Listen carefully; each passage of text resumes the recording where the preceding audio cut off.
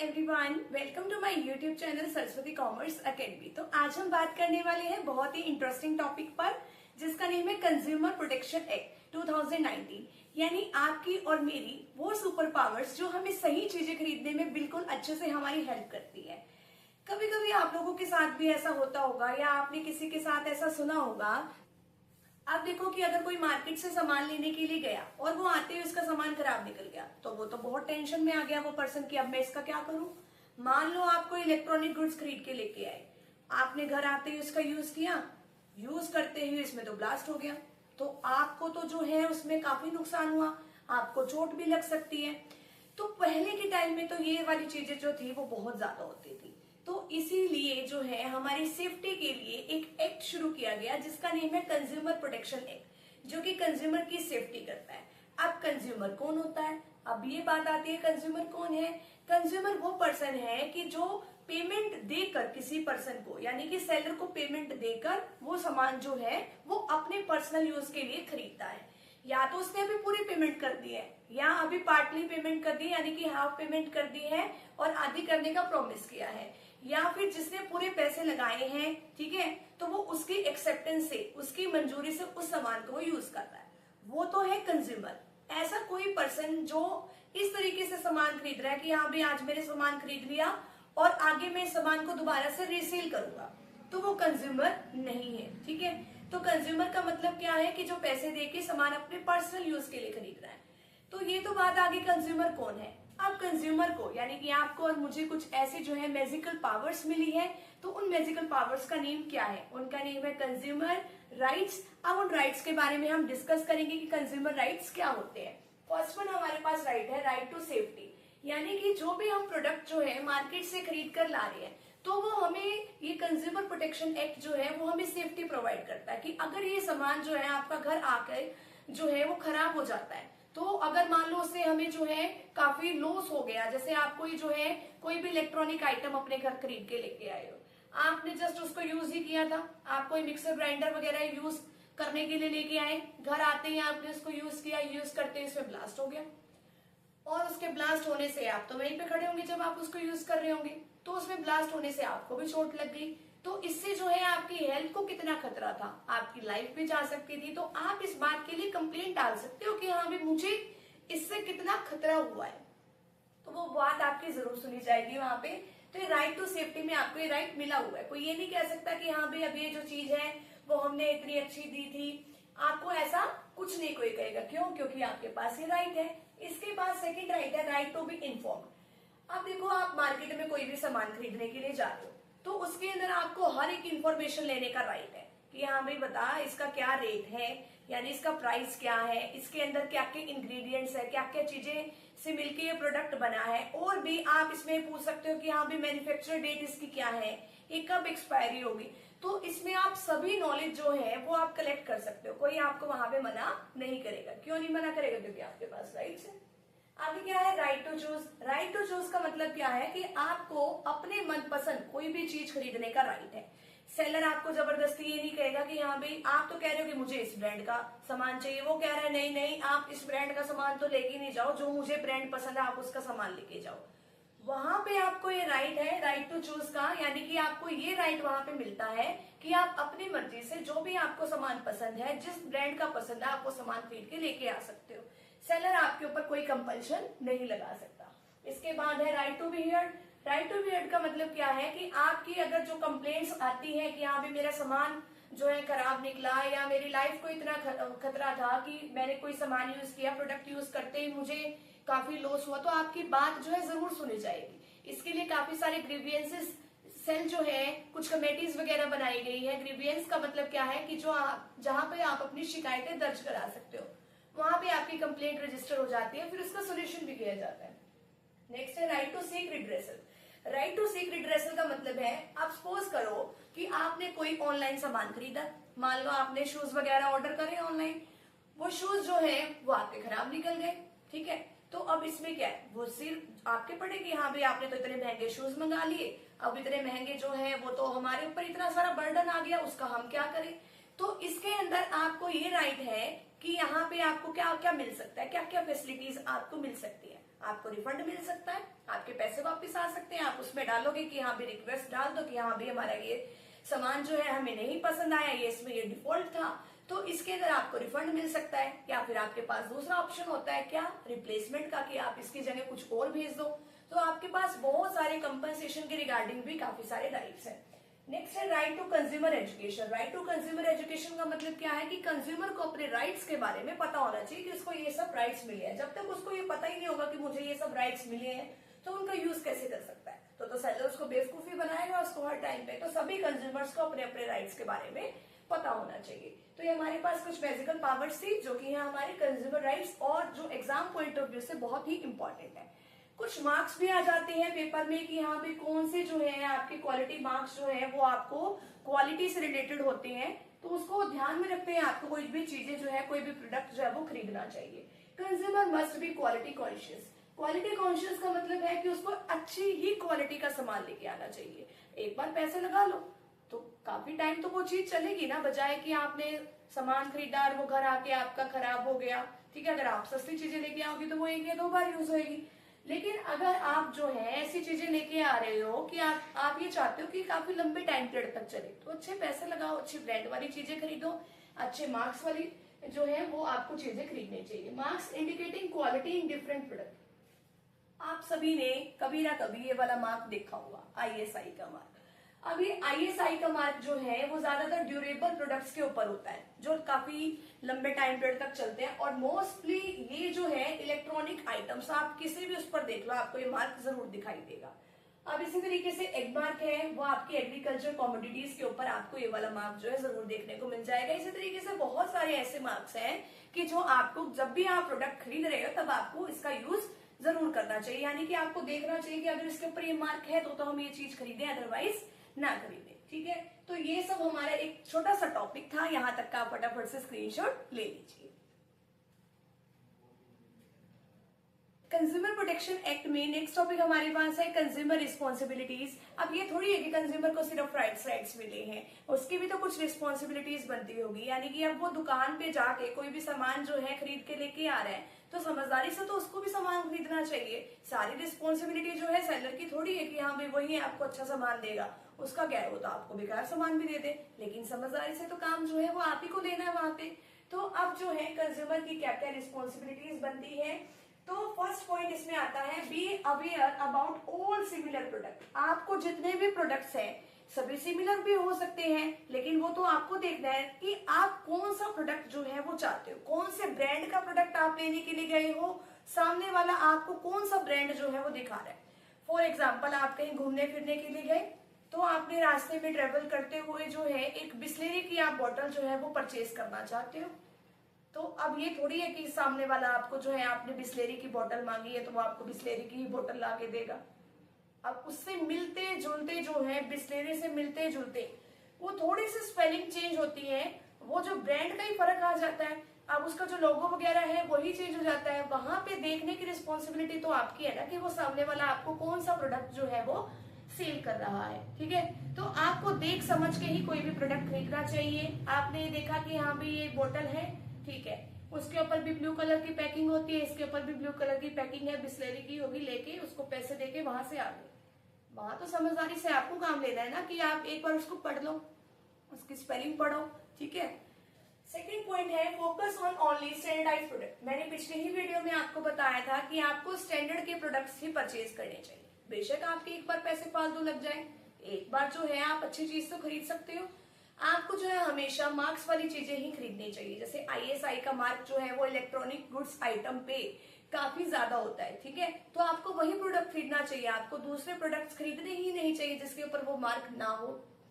अब next point है read label carefully. आपको उसके ऊपर जितने भी लेबल वगैरह लगे हों कि हाँ भाई इसकी मैन्युफैक्चर डेट क्या है, इसकी एक्सपायरी डेट क्या है, इसका प्राइस क्या है, क्या पता हो तो कोई चीज 50 रुपए की दुकानदार आपसे चार्ज कर रहा है 60 रुपए, आप उसको दे के पैसे वैसे ही आ रहे हो। देख तो लो, पढ़ तो लो कि उसके ऊपर कितने रुपए के जो है वो प्राइस लिखा हुआ है। आप उसकी एक्सपायरी डेट तो चेक कर लो कि कभी एक्सपायर तो नहीं हो गई ये डेट और वो हमें एक्सपायरी माल पकड़ा रहा हो, तो उससे तो लॉस आपको है। तो वहां पे खड़े खड़े आपको जो है ये सारी चीजें चेक करने की जरूरत है। नेक्स्ट है learn about the associated risk. Learn about the associated risk का मतलब क्या है कि आपके उसमें जितने भी हो सकते हैं उस प्रोडक्ट के रिगार्डिंग। उसमें एक जो है आपने एक छोटी सी स्लिप देखी होगी इतनी सी, उसके अंदर सारी प्रिकॉशंस लिखी होती है और जो दुकानदार है, जो शॉपकीपर है, वो भी आपको बताता है कि आपको यूज करते टाइम ऐसे ऐसे प्रिकॉशंस लेनी चाहिए, लेकिन आप वो कुछ ले ही नहीं रहे हो, आप उसको अपने आप ही अपने तरीके से यूज कर रहे हो, फिर तो ब्लास्ट उस चीज में होना जाहिर सी बात है। तो आपको क्या करना है, जैसे जैसे आपको कोई भी इंफॉर्मेशन मिली है कि आपको इस प्रोडक्ट को इस तरीके से यूज करना है, आपको वो प्रोडक्ट उसी तरीके से यूज करना चाहिए। नेक्स्ट पॉइंट है, do not forget to cash memo. कहीं से सामान खरीदने गए, कैश मेमो का मतलब क्या है कि आपको जब भी सामान खरीदना हो तब आप जो है आपने पेमेंट करी, साथ के साथ आपकी क्या रिस्पॉन्सिबिलिटी है, सेलर से आपको क्या लेना बनता है, आपको बिल, ठीक है, तो आप बिल लो या फिर इनवॉइस, सेम ही है। तो आपको जब भी आपको कोई सामान खरीदना है तो आपकी ये रिस्पॉन्सिबिलिटी बनती है, साथ के साथ उससे बिल लेना चाहिए। इन फ्यूचर मान लो अगर आपको उसके प्रोडक्ट की कहीं कंप्लेंट करनी है, अगर आपके पास बिल होगा तभी तो आपको कंप्लेंट करने में भी आसानी रहेगी, वरना तो आप वो उस बात से जो है साफ साफ मना कर देगा कि हाँ भाई इसने तो मेरे यहाँ से कोई सामान लिया ही नहीं है। नेक्स्ट पॉइंट है, always file complaint for genuine grievances. जो भी आपको कंप्लेंट सही लगती है ना कि हाँ भी इस बात की तो कंप्लेंट होनी चाहिए, बेफालतू में तो किसी की कंप्लेंट करनी नहीं चाहिए, लेकिन जो जेन्युइन कंप्लेंट्स है वो आपको जरूर करनी चाहिए। इसके बाद है, फॉर्म कंज्यूमर सोसाइटीज। आपको जो है बहुत सारे कंज्यूमर्स को इकट्ठे होके अपनी एक कंज्यूमर सोसाइटी बनानी चाहिए। अब उससे आपको क्या बेनिफिट है, अब वो बहुत सारे लोग हैं इकट्ठे होंगे, एक साथ मिलके जो है आवाज उठाएंगे, यानी कि वो एक साथ मिलके कहीं पे केस फाइल कर सकते हैं। एक साथ ज्यादा लोगों की तो बड़ी जल्दी सुन ली जाएगी, तो जो है मिलजुल के आपको कंप्लेंट करनी चाहिए। और लास्ट पॉइंट है, रिस्पेक्ट द एनवायरमेंट। आपको अपने एनवायरमेंट की रिस्पेक्ट करनी चाहिए, इधर उधर कहीं पर भी कूड़ा कचरा नहीं फैलाना चाहिए, ठीक है। तो ये कुछ जो है कंज्यूमर की रिस्पॉन्सिबिलिटीज बनती है जिसका उसको बहुत ज्यादा ध्यान रखना चाहिए। इसके बाद जो है वो हम नेक्स्ट जो है टॉपिक करेंगे, यहाँ तक का आप स्क्रीनशॉट ले लीजिए।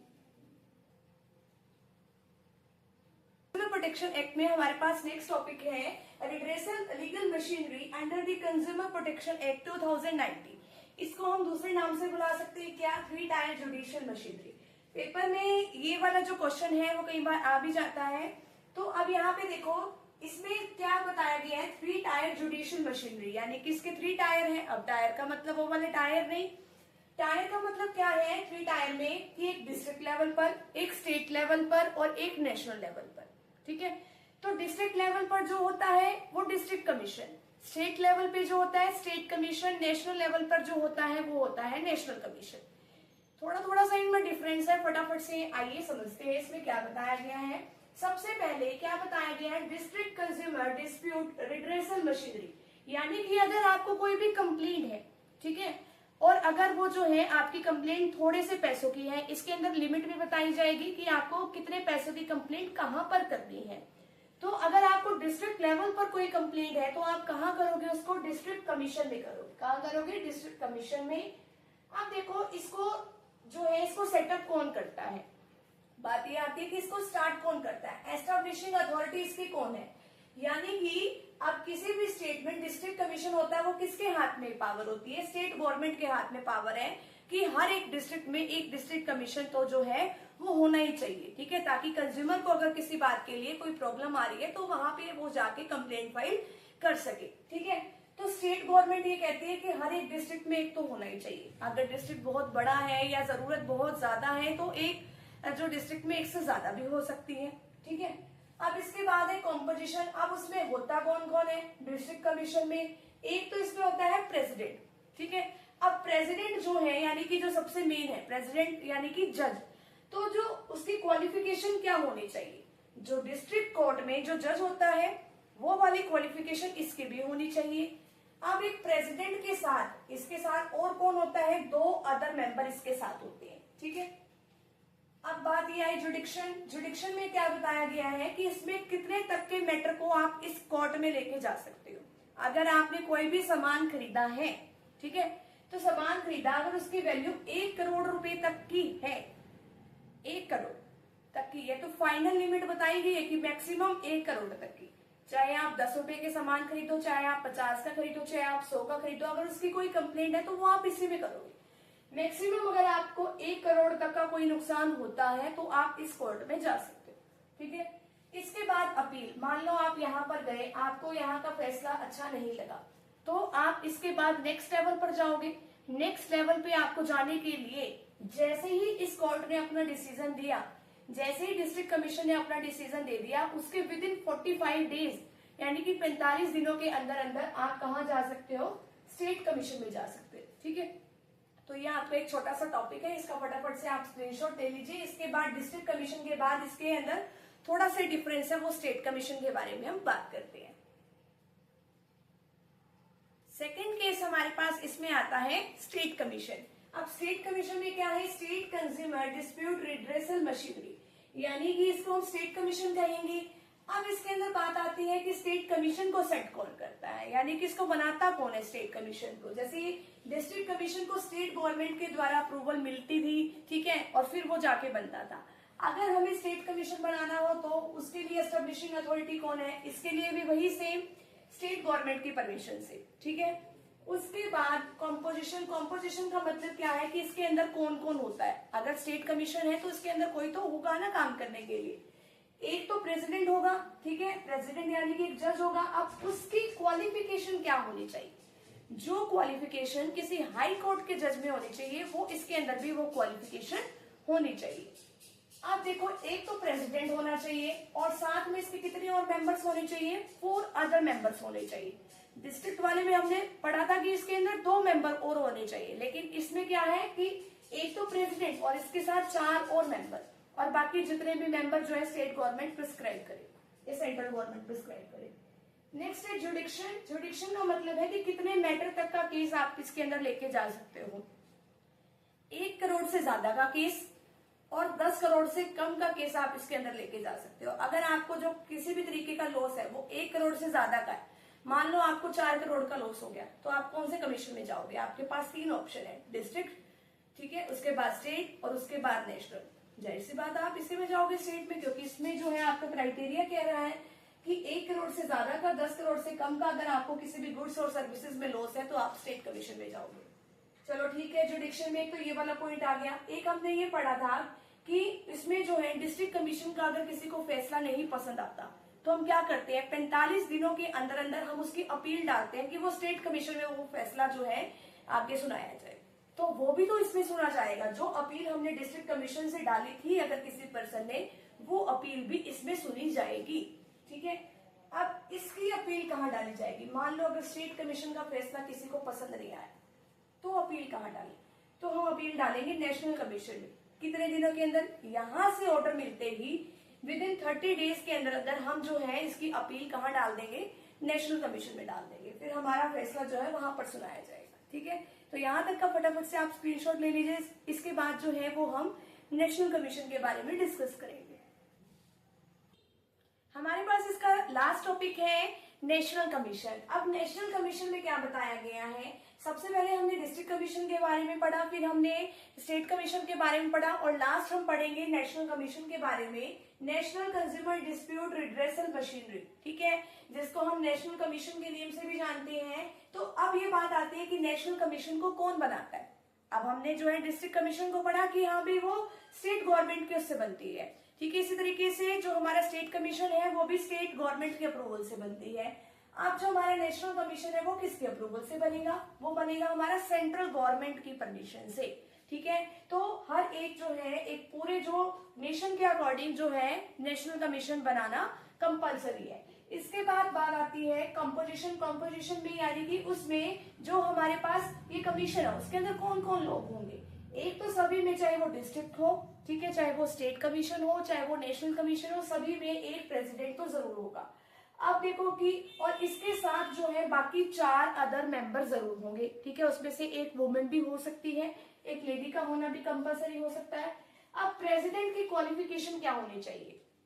अब देखो, सबसे पहले हमने डिस्ट्रिक्ट कमीशन के बारे में पढ़ा था। डिस्ट्रिक्ट कमीशन के जो हमारा जज है उसकी क्वालिफिकेशन क्या होनी चाहिए, जो हमारे डिस्ट्रिक्ट लेवल पे जो जज होता है उसकी क्वालिफिकेशन जैसे उसकी क्वालिफिकेशन होनी चाहिए। स्टेट कमीशन पे कैसी क्वालिफिकेशन होनी चाहिए, जो हाई कोर्ट के जज की होती है। और नेशनल कमीशन में उस प्रेसिडेंट की कौन सी क्वालिफिकेशन होनी चाहिए, जो सुप्रीम कोर्ट के जज की जो क्वालिफिकेशन है वो वाली। ठीक है, इसके बाद जुडिक्शन। जुडिक्शन का मतलब है कि आप इसमें कौन से लेवल तक आप कंप्लेंट फाइल कर सकते हो। जो मैटर यानी कि जो भी गुड्स या सर्विसेज अगर आपको कोई भी लॉस हुआ है, अगर वो 10 करोड़ से ज्यादा का लॉस है, 10 करोड़ से ज्यादा का लॉस है, तो वो आप यहाँ पे सीधा डायरेक्ट कंप्लेंट कर सकते हो। या तो आपका मैटर ये हो कि हाँ भाई आप 10 करोड़ से ज्यादा का आपके पास जो है आपको लॉस हुआ हो, या फिर अगर आपको स्टेट कमीशन के अकॉर्डिंगली कोई भी फैसला, कोई भी डिसीजन अगर पसंद नहीं आया, अगर वहां से कोई फैसला जो है पसंद नहीं आया, तो वहां से आपने अपील डाली थी, तो जो भी अपील वहां से आई है तो उसकी सुनवाई तो यहाँ पर भी होगी ना नेशनल कमीशन में। अब इसके बाद अपील, अब मान लो चलो ठीक है, इसकी तो स्टेट कमीशन की तो अपील यहाँ पे सुनी जा रही है, अगर मान लो अब ये तो सबसे लास्ट है, अब यहाँ वाले की अपील कहाँ जाएगी? अगर यहाँ वाले को किसी का फैसला पसंद नहीं आया, यहाँ किसी जज ने फैसला सुना दिया, वो लोगों को पसंद नहीं आया, वो उससे सेटिस्फाई नहीं है, फिर वो कहाँ जाएंगे? फिर वो जाएंगे सुप्रीम कोर्ट ऑफ इंडिया में, ठीक है, जो कि सबसे अपेक्स बॉडी है, सबसे हाई लेवल तो यही है, इससे ऊपर तो कुछ नहीं। वो 30 दिनों के अंदर अंदर, जैसे ही नेशनल कमीशन ने कोई भी फैसला सुनाया अपना, उसके 30 दिनों के अंदर अंदर वो सुप्रीम कोर्ट ऑफ इंडिया में जाएंगे, ठीक है, वहां से वो सुप्रीम कोर्ट ऑफ इंडिया के अंदर जाएंगे, वहां पे अपना जो है अपनी अपील वगैरह डालेंगे और वहां से अपना फैसला सुनेंगे। तो ये है हमारी 3 टायर जुडिशियल मशीनरी, सबसे इंपॉर्टेंट टॉपिक है। इसके बाद जो है हमारा एक आधा टॉपिक और रहता है, उसको यहाँ तक का आप स्क्रीनशॉट ले लीजिए।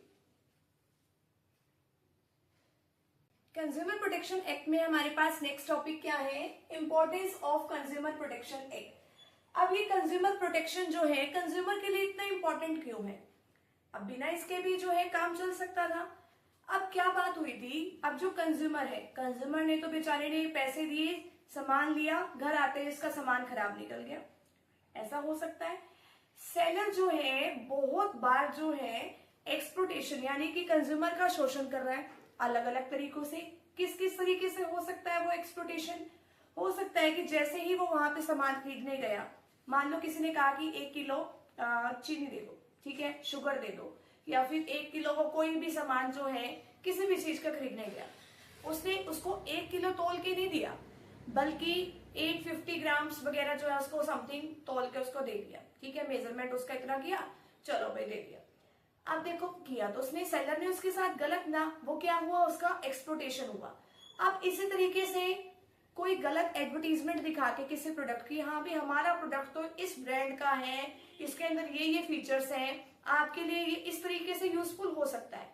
जब उसको यूज करके देखा एक्चुअल में तो उसके अंदर एक भी फीचर नहीं थी उस जैसी, पैसे गए वेस्ट। अब इसी तरीके से बहुत सारे ऐसे काम जो है सेलर करते हैं।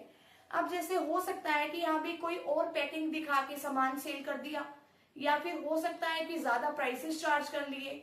बहुत तरीकों से जो है कंज्यूमर बहुत ज्यादा परेशान हो गया था, तो इसीलिए गवर्नमेंट ने उसके लिए कंज्यूमर प्रोटेक्शन एक्ट की एस्टेब्लिशमेंट कर दी। अब इंपॉर्टेंस बता रखी है कंज्यूमर प्रोटेक्शन एक्ट की, क्यों इंपॉर्टेंट है, कंज्यूमर के पॉइंट ऑफ व्यू से कैसे इंपॉर्टेंट है, बिजनेस के पॉइंट ऑफ व्यू से कैसे इंपॉर्टेंट है।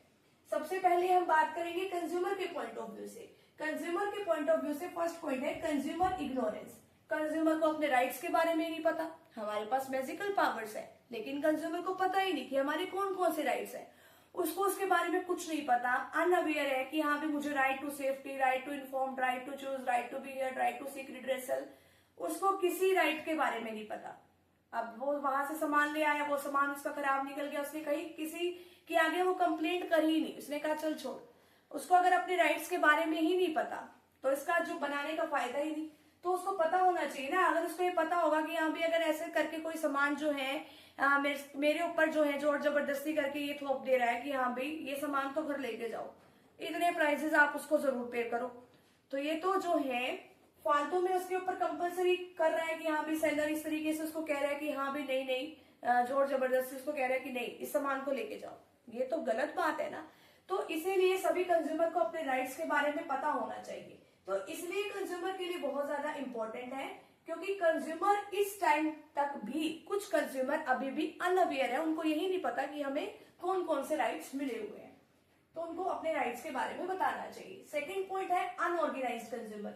अब जो कंज्यूमर है वो अनऑर्गेनाइज्ड है, बेचारों को यही नहीं पता कि हाँ भाई अगर हम जाके कंप्लेंट करेंगे तो भी हमारी कोई बात सुन लेगा। वो सोचते हैं कि क्या ही कोई हमारी बात सुनेगा, छोड़ो, अगर हमारे साथ कुछ गलत भी हुआ है उसको छोड़ो, उसको वही स्किप कर देते हैं।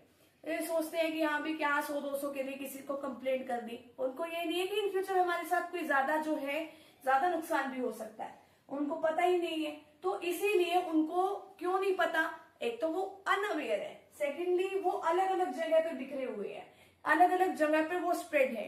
तो अब उनको एक साथ मिलना चाहिए, एक साथ मिलेंगे, एक साथ मिलने से बहुत सारे काम हो सकते हैं उनके। अगर वो एक साथ मिलजुल के अपना काम करते हैं, अगर वो अनऑर्गेनाइज कंज्यूमर है, अनऑर्गेनाइज कंज्यूमर को अपनी एक कमेटी बनानी चाहिए, अपनी एक एसोसिएशन बनानी चाहिए, ताकि कंज्यूमर मिले, आपस में बातचीत करें। अगर कोई कंप्लेंट है तो वो मिलजुल के कंप्लेंट फाइल करें।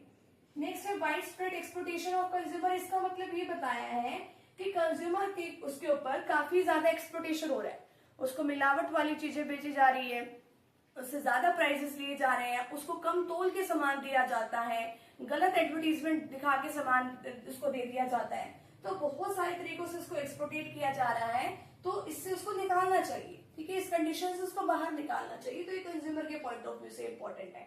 नेक्स्ट है बिजनेस के पॉइंट ऑफ व्यू से कैसे इंपॉर्टेंट है, long term interest of business. Long term interest of business का मतलब ये होता है कि एक जो बिजनेस है एक बार इस तरीके से सामान बेच सकता है, ज्यादा प्राइसेस लेके 2 बार सेल कर लेगा, 3 बार कर लेगा, चौथी बार तो कस्टमर को भी पता चल जाएगा कि बार बार थोड़ी उसको बेवकूफ बना सकता है वो। तो अगर उसको लंबे टाइम पीरियड तक मार्केट में सर्वाइव करना है तो उसको क्या करना पड़ेगा, अगर उसको लंबे टाइम पीरियड तक सर्वाइव करना है तो उसको कस्टमर को अच्छी सर्विसेज ही सप्लाई करनी पड़ेगी, अदरवाइज वो कस्टमर दोबारा नहीं आएगा, ना तो खुद आएगा, ना अपने फ्रेंड सर्कल में से किसी को भेजेगा, ना अपने रिश्तेदारों को भेजेगा। नेक्स्ट है बिजनेस यूजेज सोसाइटी रिसोर्सेज। अब जो बिजनेस है करता तो सोसाइटी के रिसोर्स यूज है, जो भी उसको चाहिए मार्केट में से, कोई भी लेबर चाहिए, ठीक है, कोई और सामान चाहिए, किसी भी तरीके का और रिसोर्स चाहिए, वो कहाँ से मिलते हैं, सोसाइटी से ही मिलते हैं। तो उसकी सोशल रिस्पॉन्सिबिलिटी भी होती है कि हाँ भी वो अपने अब सोशल में क्या आता है, हमारे पास कस्टमर आते हैं तो उनकी जो है अच्छी तरीके से उनको अच्छी गुड सप्लाई करे, गवर्नमेंट आते हैं, बहुत सारे ऐसे आते हैं, तो सभी लोगों के लिए उसकी जिम्मेवारी बनती है। नेक्स्ट पॉइंट है गवर्नमेंट इंटरवेंशन। गवर्नमेंट इंटरवेंशन का मतलब क्या है कि अगर आप अच्छे से सामान सप्लाई करोगे, गवर्नमेंट कोई दखल अंदाजी नहीं करेगी। अगर आप उसको गलत तरीके से कस्टमर को माल सप्लाई करोगे, कंप्लेंट फाइल करोगे, अब कस्टमर तो कंप्लेंट फाइल करेंगे, उसके लिए तो अलग अलग रिड्रेसल मशीनरीज बनी हुई है, सारा डाटा किसके पास जाएगा, गवर्नमेंट के पास। तो गवर्नमेंट तो आपके फर्म के खिलाफ कोई एक्शन लेगी ना, तो इससे बेटर क्या है, आप अच्छे से उसको सर्विसेज प्रोवाइड करो। लास्ट पॉइंट है मोरल जस्टिफिकेशन। कई बार ना सेलर को ये रहता है कि नहीं यार, हमें कस्टमर के साथ ऐसा नहीं करना चाहिए, हमें उनको अच्छी जो सर्विसेज हैं वही प्रोवाइड करनी चाहिए, तो हम उसके साथ गलत कर रहे हैं, हम उससे पैसे भी पूरे ले रहे हैं और उसको सामान भी नहीं दे रहे, ऐसा भी नहीं करना चाहिए। तो इस तरीके से कुछ इंपॉर्टेंस के कुछ पॉइंट्स हैं, और यहाँ पर आपका ये पूरा चैप्टर जो है कंज्यूमर प्रोटेक्शन एक्ट यहाँ पर कंप्लीट होता है। यहाँ तक का प्लीज आप स्क्रीनशॉट ले लीजिए। अगर आपको वीडियो अच्छी लगी हो तो वीडियो को लाइक जरूर कीजिएगा, चैनल को सब्सक्राइब जरूर कीजिएगा। मिलते हैं नेक्स्ट वीडियो के साथ, नेक्स्ट टॉपिक के साथ। Thank you very much.